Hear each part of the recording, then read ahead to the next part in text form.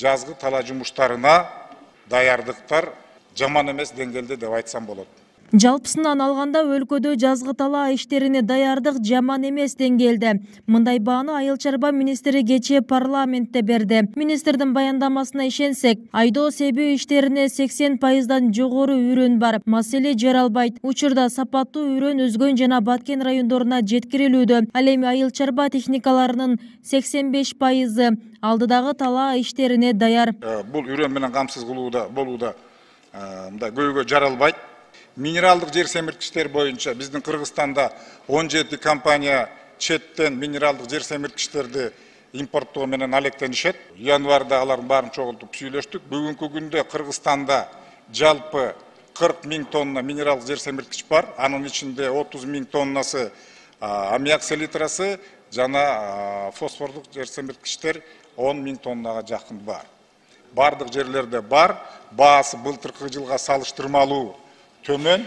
Парламентте өкмөттүн дыйкандарга бере турган арзан насыясы тууралууда ар тараптуу сөз болду.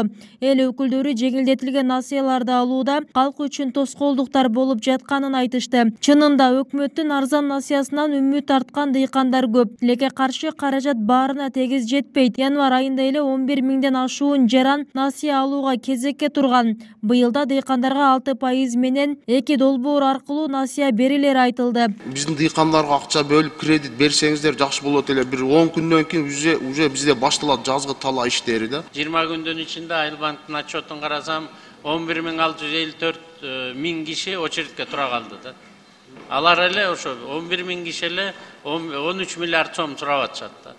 Биз баарына бере албайт экенбиз, бирок аракет кылабыз, колубуздан берген мүмкүнчүлүктү берип атабыз. Дыйкандарды күйүүчү май менен камсыз кылуу үчүн Айыл чарба министрлигинин нефтетрейдер ассоциациясы менен келишими бар. Бүгүнкү күндө керектүү болгон 42 000 тонна күйүүчү май даяр. Бензин, дизель менен 100% камсыз кылынары айтылат. Эл өкүлдөрү күйүүчү майдын быйыл арзандай турган түрү бар жоктугун сурашты. Күйүүчү май боюнча кандай дейсиз, быйыл арзандачудайбы? Дизель отуну тилекке каршы арзандабайт. Ошол эле бүгүнкү күндө бизде 74 сом 70 молдот орто эсеп менен Кыргызстанда.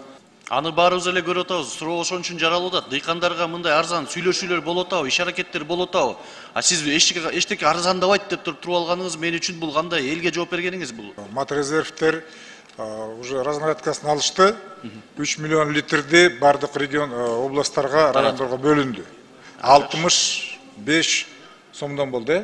Кыргызстан эң маанилүү дээлген 9 азыктын 3-өсү менен гана өзүн өзү камсыздай алат. Калгандарын пайыздык көрсөткүчтөр менен карасак, товарлардын 70% башка өлкөлөрдөн сатылып келет. Парламентте бул жагдайда эске алынып, дыйкан фермерлер Айыл чарба министрлиги менен келишип, бирдиктүү иш алып баруу керектиги белгиленди. Анткени казынадан канчалык көп каражат бөлүнбөсүн, ал өз эффективдүүлүгүн бербесе, абал өзгөрбөй кала берери кошумчаланды. Суп арендага бергенди бир жөн, экинчи жагы жөн эле акча алып алып, акчаны көрсөтпөй берип аткан ал экинчи жагы болуп атат да.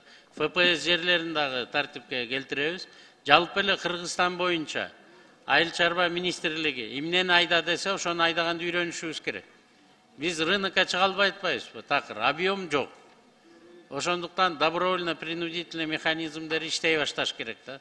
Бир райондо бир порода уй, бир порода кой болсо жакшы болот эле. Ошону турмушка ашыра баштайбыз. Бир сорт картошка болсо болот эле да. Бир сорт алма болсо болот эле. Жок дегенде бир райондон бир 2 фур алма же 2 КамАЗ толтура картошка, бирок бир сорту менен алып кетишибиз керек болуп атат да. 30 жылдан бери ар бир киши каалаган нерсени жасап келаткан. Азыр Айыл чарба министри бул саясаттын баарын колуна алып келди.